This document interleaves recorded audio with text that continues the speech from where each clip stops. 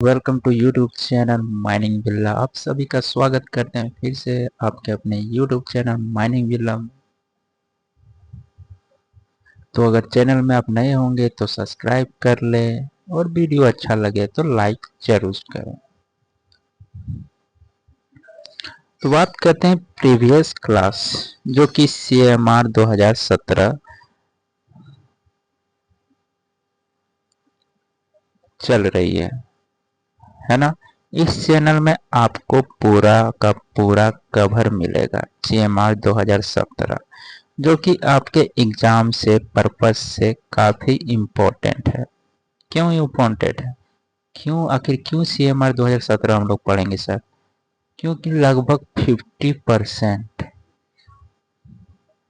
या तो फिर बोलूं मोर देन 50% मार्क्स आपको यहीं से मिलेंगे। अब कोई भी प्रीवियस ईयर का क्वेश्चन उठा के देख लोगे ना तो आपको CMR से लगभग मोर देन 50% यानी कि 100 मार्क्स का अगर है तो 50 से ज़्यादा क्वेश्चंस आपको CMR से ही आते हैं। तो इसलिए इसको कवर करना बहुत ज़रूरी हो जाता है और मैं आप लोगों के लिए लेकर आया बिल्कुल फ्री और अच्छे से एकदम डिटेल से। आपको कोई भी ऐसा टीचर जो मिलेगा जो आपसे पेमेंट लेके पढ़ाएगा और मेरा जो पढ़ाई में है, मेरा जो समझाने का टेक्निक, मेरा जो बोलने का टेक्निक, वो आपको दोनों में बहुत अंतर नजर आएगा। क्या अंतर आएगा? हो सकता है कुछ बच्चे को समझ नहीं आ रहा, वो ऐसा वर्ड यूज कर दिया, लेकिन यहाँ पर आपका सारा वर्ड जो है सिंपल वर्ड यूज किया हुआ मिलेगा। सिंपल वर्ड जो हम लोग दैनिक जीवन में यूज करते हैं, बोलते हैं, वो इंग्लिश आपको यहाँ मिलेगा। और सबका जो ट्रांसलेशन जो कि हिंदी में करके मैं बताता हूँ वो स्पेशल हो जाता है, क्योंकि हम लोग जो है इंडिया से बिलोंग करते हैं। तो इंडिया में बेसिकली हिंदी ही लोग बोलते हैं। तो मेरे इस YouTube चैनल में आपको जितने भी समझाए जाएंगे हिंदी में समझाए जाएंगे, वो भी सरल भाषा में। तो आज का वीडियो का शुरुआत करते हैं। प्रीवियस क्लास में हम लोग रेगुलेशन नंबर 3 से 9 कर लिए हैं। जो वीडियो नहीं देखेंगे उसको लिंक मिल जाएगा इस वीडियो के डिस्क्रिप्शन में। लेक्चर 1 कंप्लीट है, लेक्चर 2 कंप्लीट है। आज का जो वीडियो है लेक्चर 3। आज लेक्चर 3 होगा जो कि रेगुलेशन नंबर 10 से लेकर 25 तक कवर किया जाएगा इसमें, और जो कि ये बिलोंग्स करता है चैप्टर 3, यानी कि CMR का जो चैप्टर 3 है आज हम लोग कंप्लीट करेंगे। तो चैनल में नए होंगे तो सब्सक्राइब कर लीजिएगा और वीडियो अच्छी लगेगी तो लाइक जरूर कीजिएगा। टेलीग्राम चैनल में आप जुड़ना चाहते हैं उसका भी डिस्क्रिप्शन आपको मिल जाएगा। अगर नहीं डिस्क्रिप्शन से जुड़ पाते हैं तो फिर टेलीग्राम में जाकर ये वर्ड टाइप करें, माइनिंग बिला, ठीक है।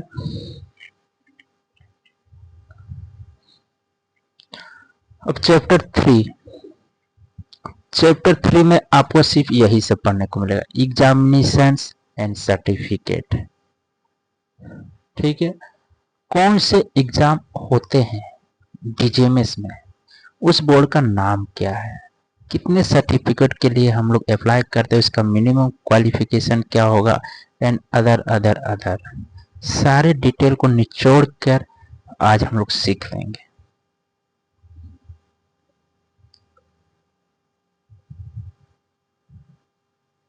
चैप्टर 3 स्टार्ट हो चुका है। Regulation number 10 board of mining examination, जिसको शॉर्टकट में हम लोग BME लिख सकते हैं।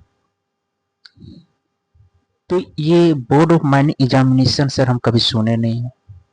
सुनोगे जब आप ओवरमैन के लिए अप्लाई करोगे, GT के लिए अप्लाई करोगे, सरदार के लिए अप्लाई करोगे, मैनेजर सर्टिफिकेट के लिए अप्लाई करोगे, ठीक है ना। ये सब सर्टिफिकेट इशू करता है बोर्ड ऑफ माइनिंग एग्जामिनेशन जो कि DGMS के अंदर में आता है। अब बात करते हैं बोर्ड ऑफ माइनिंग एग्जामिनेशन में कितने मेंबर होते हैं। तो बीएमई में मेंबर्स होते हैं टोटल 6 इंक्लूडिंग चेयरमैन। इसमें चेयरमैन को इंक्लूड किया गया। अगर यहाँ पर लिखते एक्सक्लूडिंग, ये एक्स रहता आईएन के जगह पर, तो कितने मेंबर हो जाएंगे 5। यही तो है इंग्लिश का लैंग्वेज, है ना। थोड़ा सा चेंजेस, पर्सन चेंज। एक्सक्लूडिंग का मतलब होता है उसको छोड़कर, जिनको नहीं पता है। इंक्लूडिंग का मतलब होता है उसको जोड़कर, यानी उसको लेकर, ठीक है। तो चेयरमैन को लेकर टोटल 6 पर्सन्स रहते हैं बीएमई के मेंबर में। अब उस सब की बातें करें कि क्वालिफिकेशन क्या होनी चाहिए, तो फर्स्ट क्लास मैनेजर सर्टिफिकेट सभी के पास होना चाहिए according to regulation number 11। Second point, minimum practical experience होना चाहिए जो कि 2 साल का, वो भी कोल माइंस में या उसका पार्ट में। पार्ट के बारे में हम लोग बहुत बार डिस्कस किए हैं, तो इसको बताने की जरूरत नहीं पड़नी चाहिए अब, है ना। Third, service in an institution imparting education in mining engineering at the degree या इक्विवेलेंट। तीसरा उसका क्वालिफिकेशन होना चाहिए कि वो बंदा जो है सर्विस में होना चाहिए कोई डिग्री कॉलेज या उसके इक्विवेलेंट में, वो भी माइनिंग इंजीनियरिंग डिपार्टमेंट में, वहाँ पर वो सरकारी बंदा यहाँ पर एक मेंबर के रूप में काम करेगा। चौथा बोलता है engagement in mining research and planning. एक जो बंदा होगा वो रिसर्च डिपार्टमेंट का होगा, प्लानिंग डिपार्टमेंट का होगा, ठीक है। और रिसर्च कहाँ पर होता है, सिम्फर, सिम्फर धनबाद। प्लानिंग कहाँ होता है, सीएमपीडीआई रांची। ये हो गया कुछ क्वालिफिकेशन, जो कि ये सब क्वालिफिकेशन होना चाहिए। अब बात करते हैं कि टोटल 6 ही बंदे हम लोग ले सकते हैं, जिसमें से एक चेयरमैन है। चेयरमैन के रूप में हमारा जो है डीजी साहब, यानी कि चीफ इंस्पेक्टर ऑफ माइंस होंगे। तो चेयरमैन हमें पता चल गया, चीफ इंस्पेक्टर ऑफ माइंस। अब 5 अदर्स बंदे को हम कैसे सेलेक्ट करेंगे, उसको नोट में देख लेते हैं। तो पॉइंट 1 एंड 2 से, ये जो पॉइंट 1 और 2 बताए, इसमें से आपको मिनिमम 3 बंदे चूज करने हैं। कितने, मिनिमम 3 मेंबर। और 3 और 4 से मिनिमम 1 मेंबर लेना ही पड़ेगा। अगर मिनिमम लेते हैं तो 3 एक 4 एक 5 ही होता है जन्म मिला के। इसलिए यहाँ पर मिनिमम है तो एक से ज़्यादा ले सकते हैं, मैक्सिमम तो नहीं है। तो यहाँ से आप 2 बंदे उठा लीजिए, या यहाँ से 4 बंदे, यहाँ से 3 तो उठेंगे ही मिनिमम, यहाँ से 3, यहाँ से 2। तो इसी तरह से उठेगा 3 या 2 5, यहाँ से 4 या 1। तो इसी तरह से इसका चयनित किया जाता है। या तो यहाँ पर 3 होगा, यहाँ पर 2 होगा, या तो यहाँ अगर 4 हुआ तो 1। तो इस तरह से 3 2 5, 4 1 5 हो जाता है, और एक चेयरमैन, टोटल 6 हो जाता है। चेयरमैन के पद पर कौन बैठेगा, चीफ इंस्पेक्टर ऑफ माइंस। और ये सब सारे जो अपॉइंट किए जाएंगे वो सेंट्रल गवर्नमेंट के द्वारा, ये सब अपॉइंटमेंट करने का काम सेंट्रल गवर्नमेंट को है।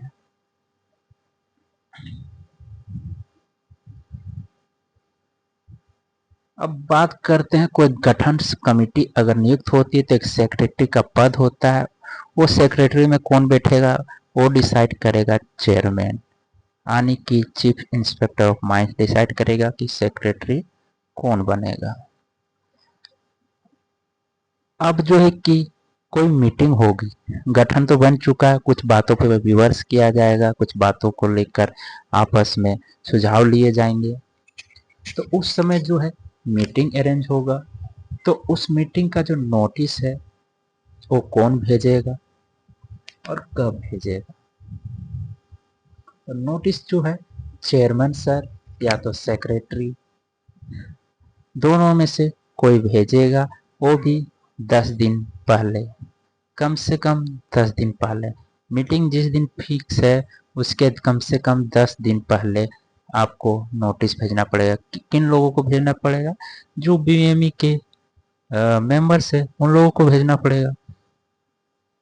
अगर इमरजेंसी मीटिंग है तो 2 दिन पहले नोटिस दिया जा सकता है ना। इमरजेंसी के कंडीशन में नोटिस का टाइम चेंज हो जाता है। कितना? कम से कम 2 दिन पहले आप बताइए, ठीक है। अब मीटिंग जब हो रही है, हो सकता है कि कुछ मेंबर्स प्रेजेंट ना हो पाए, तो कम से कम 3 मेंबर होना चाहिए, जो कि चेयरमैन को इंक्लूड किया गया है। एक चेयरमैन और 2 और मेंबर्स होने चाहिए, तभी मीटिंग को आगे बढ़ाया जाएगा, है ना। अदरवाइज मीटिंग रद्द कर दिया जाएगा। मीटिंग रद्द, तो रद्द होने के बाद मीटिंग को पोस्टपोन किया जाएगा फॉर मैक्सिमम 7 डेज, यानी कि 7 दिनों के अंदर एक मीटिंग का डेट टाइम फिक्स होगा। फिर नेक्स्ट मीटिंग में अगर 3 बंदे पहुंच जाते तो मीटिंग होगा, अदरवाइज फिर कैंसिल होगा। लेकिन इसमें एक इम्पोर्टेंट कंडीशन आ जाता है कि इन इमरजेंसी कंडीशंस, अब जो कि मीटिंग करना बहुत ज़रूरी है कुछ बातों पर, अब उसमें से कि 3 जो है मेंबर्स आ नहीं पा रहे हैं, उस समय जो है कुछ अलग रूल लागू होता है। तो in emergency condition date of meeting time place can not be possible to change, then meeting will be complete with less than 3 member. तो यहाँ पे कुछ अलग बातें लिखी गई है जो कि थोड़ा हटके, कि डेट ऑफ मीटिंग, उसका टाइमिंग, उसका प्लेस को चेंज करना अगर पॉसिबल नहीं है तो उस समय जो है कि मिनिमम जो कि 3 मेंबर होना चाहिए मीटिंग करने के लिए, लेकिन उससे अगर कम भी होता है तो मीटिंग कर लिया जाएगा। तो ये सब कुछ बातें हैं मीटिंग की, वो भी बोर्ड ऑफ माइनिंग एग्जामिनेशन।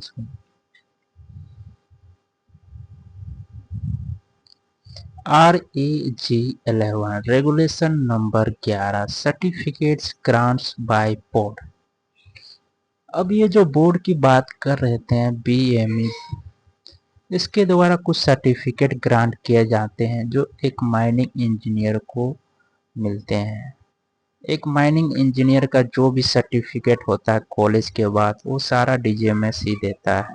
कुछ एक्सपीरियंस से मिलते हैं, कुछ एक्सेप्शन से मिलते हैं, कुछ एक्सेप्शन से भी मिल जाते हैं, कुछ एक्सेप्शंस रहते हैं, बात करेंगे आगे एक्सेप्शन वाले और एक्सपीरियंस वाले।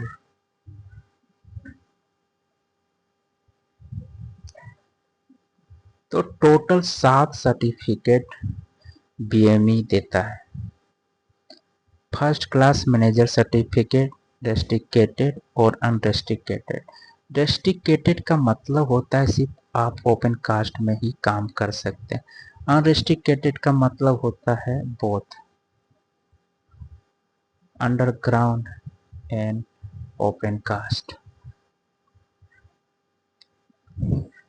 तो रेस्ट्रिक्टेड और अनरेस्ट्रिक्टेड में अंतर यही है। सेकेंड क्लास मैनेजर सर्टिफिकेट भी प्रदान किया जाता है, रेस्ट्रिक्टेड या अनरेस्ट्रिक्टेड, दोनों तरह के सेकेंड क्लास मैनेजर सर्टिफिकेट बनते हैं बीएमई में। सर्वर सर्टिफिकेट की बात करें तो इसमें भी रेस्ट्रिक्टेड अनरेस्ट्रिक्टेड, ओवरमैन की बात करें तो उसमें भी रेस्ट्रिक्टेड अनरेस्ट्रिक्टेड सर्टिफिकेट होते हैं। सरदार सर्टिफिकेट में भी सेम है। इंजन ड्राइवर सर्टिफिकेट में कोई रेस्ट्रिक्टेड अनरेस्ट्रिक्टेड करके नहीं। अब इंजन ड्राइवर से बहुत लोग समझ रहे होंगे कौन सा इंजन का ड्राइव करेगा। तो हमारे अंडरग्राउंड माइंस में हमारे शाफ्ट को चलाने के लिए उसको कंट्रोल करने के लिए जो जो एम्प्लॉय होता है उसी को इंजन ड्राइवर सर्टिफिकेट की ज़रूरत पड़ती है, यानी कि उस इंजन को चलाने के लिए भी एक सर्टिफिकेट रिक्वायर्ड होता है जो कि देता है बीएमई। और गैस टेस्टिंग सर्टिफिकेट जो कि काफ़ी इम्पोर्टेंट है। ओवरमैन माइनिंग सरदार, first class, second class manager.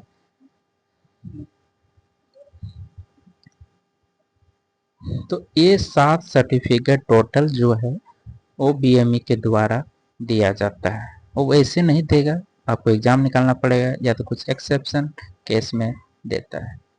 Regulation number 12, examination and examiners.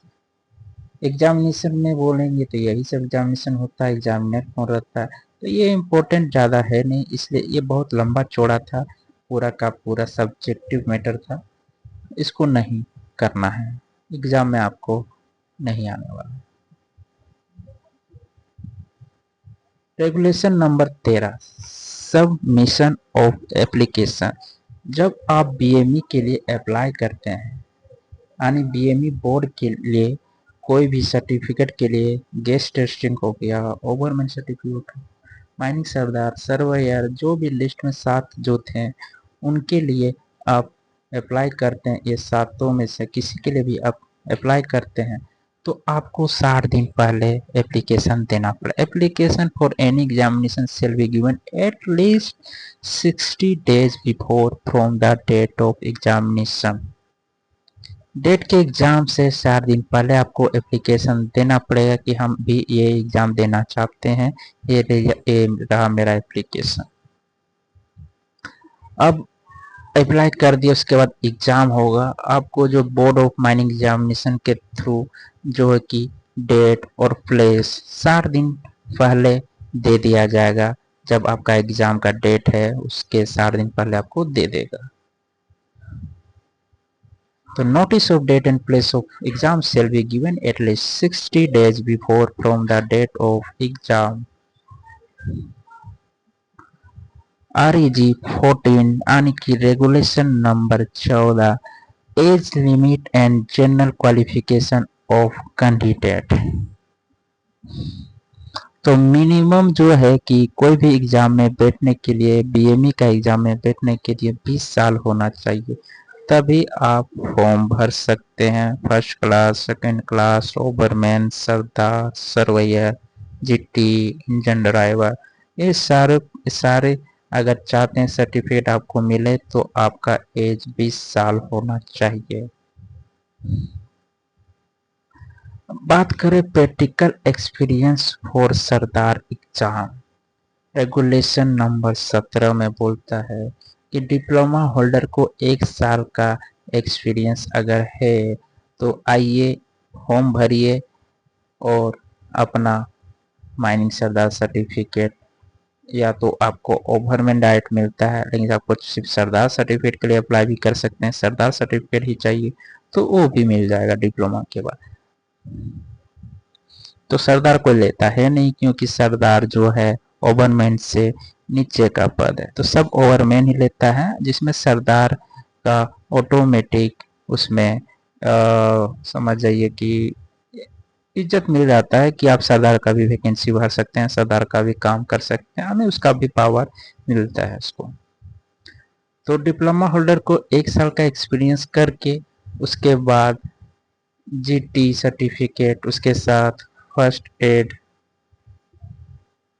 Certificate, character certificate, medical certificate, और अनरेस्ट्रिक्टेड के लिए अप्लाई कर रहा है तो जीटी, और रेस्ट्रिक्टेड के लिए कर रहा है तो जीटी नहीं चाहिए। तो उसके बाद एक भारत कोष,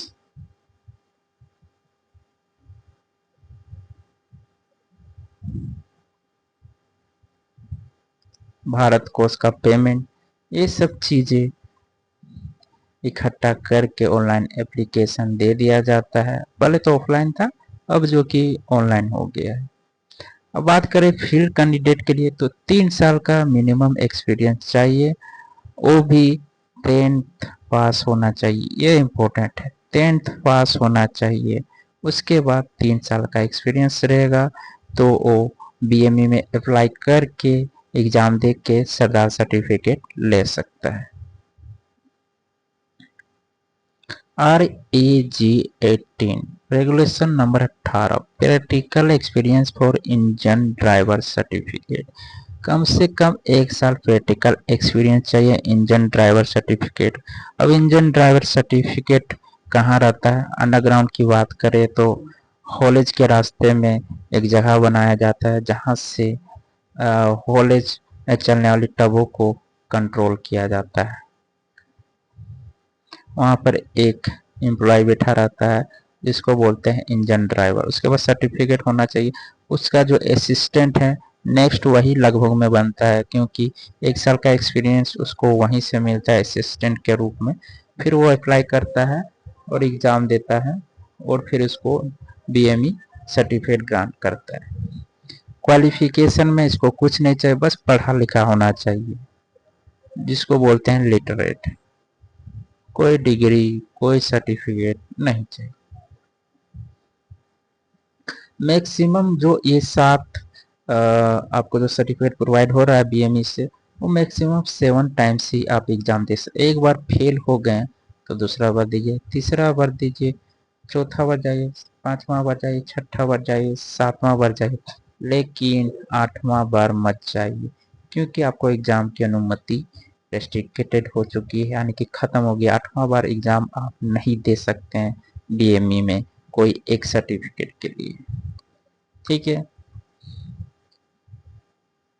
regulation number 20, fees for grant of certificate. जो सर्टिफिकेट आप के लिए एग्जाम देना चाह रहे हैं या तो एक्सेप्शन के केस में ले रहे हैं, तो उसके लिए भारत कोष में फी पे करना पड़ता है। एक बार पेमेंट होने के बाद वो पेमेंट आपका वापस नहीं होगा। REG 21 exchange certificate. अब सर्टिफिकेट का एक्सचेंज हो रहा है यहाँ पर, जो कि रेगुलेशन नंबर 21 में बोला कि हम एक्सचेंज भी करने के लिए रेडी। अब ऐसा नहीं है कि सरदार सर्टिफिकेट ओवरमैन सर्टिफिकेट आपस में चेंज हो रहा है, इसकी बातें यहाँ नहीं। अगर आपके दिमाग में आया होगा एक्सचेंज सर्टिफिकेट क्या यही है, बिल्कुल गलत सोच है आपकी। तो होता क्या है, माइंस हर जगह है। कहाँ कहाँ है? सिर्फ इंडिया में तो है नहीं, ऑस्ट्रेलिया में भी है, जो कि अदानी सर वहाँ पर अपना माइंस खोल के रखे हुए हैं। एक इंडियन जो है ऑस्ट्रेलिया में भी अपना माइंस चला रहा है, यूरोप में है, मतलब दूसरे कंट्री में भी है। तो बेसिकली वहाँ का अपना बोर्ड है जो कि सर्टिफिकेट ग्रांट करता है वह इस सब कामों के लिए। माइनिंग ऑपरेशन के कारण होने वाले जितने भी काम हैं उसके लिए सर्टिफिकेट ग्रांट करते होंगे। तो ये जो बोलता है CMR 2017, अगर आप दूसरा कंट्री में काम कर रहे हैं,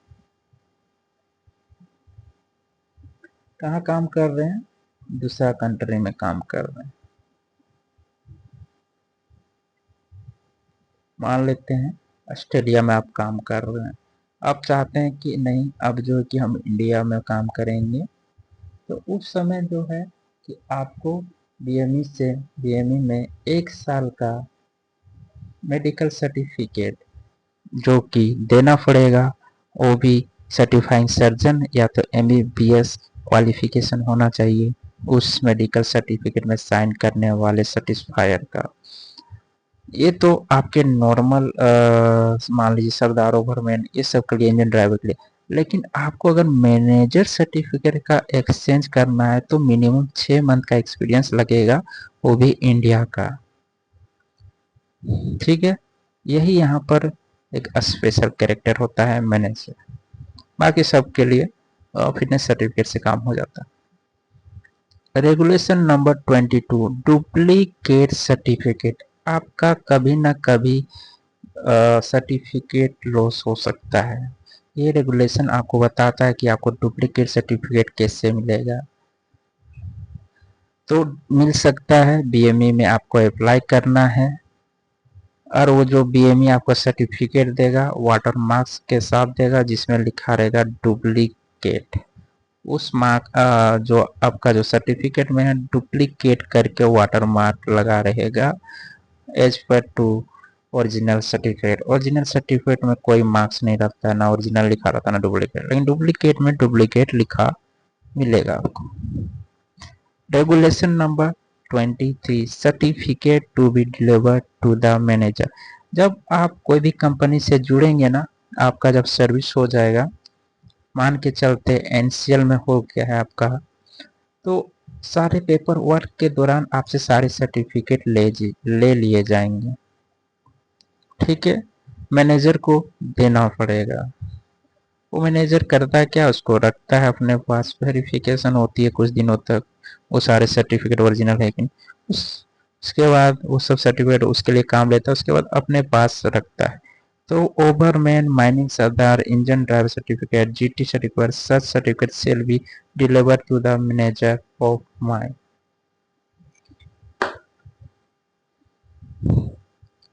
रेगुलेशन नंबर 24।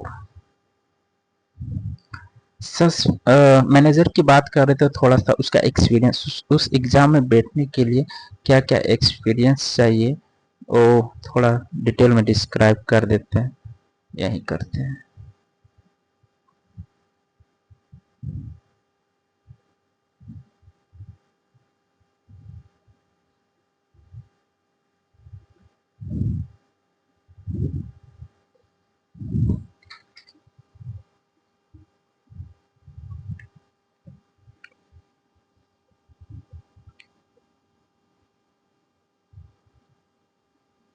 कुछ चीजें हैं जो इम्पोर्टेंट है, इसको आप समझिएगा।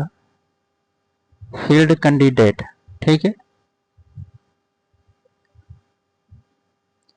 फील्ड कैंडिडेट, फील्ड से जुड़ा हुआ कैंडिडेट जो कि डिप्लोमा या डिग्री नहीं किया हुआ होगा, जो कि डायरेक्ट एक्सपीरियंस लेता है माइंस में, उसको बोलते हैं फील्ड कैंडिडेट। ठीक है, तो अगर डायरेक्ट अगर चाहता है कि उसको मैनेजर सर्टिफिकेट मिले, सेकेंड क्लास मिलता है पहले, उसके बाद फर्स्ट क्लास। दो सर्टिफिकेट मैनेजर के होते हैं, पहले तो सेकेंड क्लास, दूसरा फर्स्ट क्लास।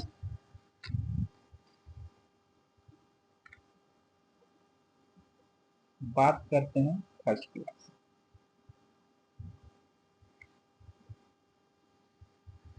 मिनिमम 6 साल का प्रैक्टिकल एक्सपीरियंस चाहिए अगर फर्स्ट क्लास मैनेजर सर्टिफिकेट चाहिए। सेकेंड क्लास मैनेजर सर्टिफिकेट चाहिए तो आपका मिनिमम जो है 5 ईयर लगेगा एक्सपीरियंस, तब जाके मैनेजर के लिए एग्जाम के लिए आप अप्लाई कर सकते हैं। ये हो गया फील्ड कैंडिडेट।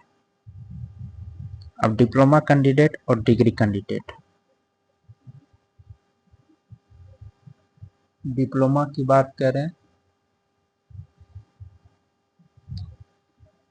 तो फर्स्ट क्लास के लिए आपका लगेगा 5 साल, मिनिमम 5 इयर्स। सेकेंड क्लास के लिए लगेगा 4 ईयर।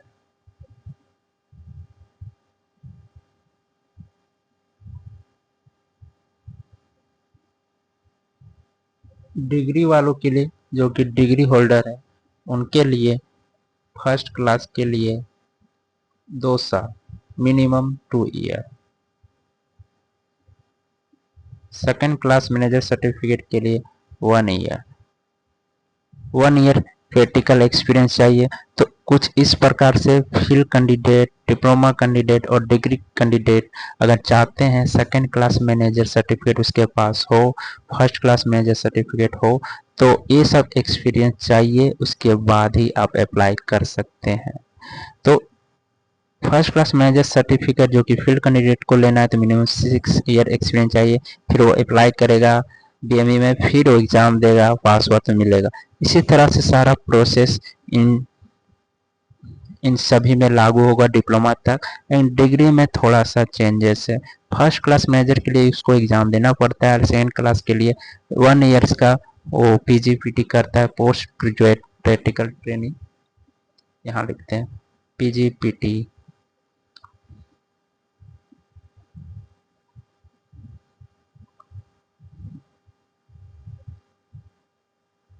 प्रैक्टिकल ट्रेनिंग करता है, उसको 1 साल का एक्सपीरियंस वहाँ से मिल जाता है। फिर डीजीएमएस में बीएमई के बोर्ड में अप्लाई करके सेकेंड क्लास मैनेजर ले लेता है। सर्टिफिकेट ले लेता है। कुछ अहम बातें थी जो मैनेजर बनने के लिए एक्सपीरियंस रिक्वायर है।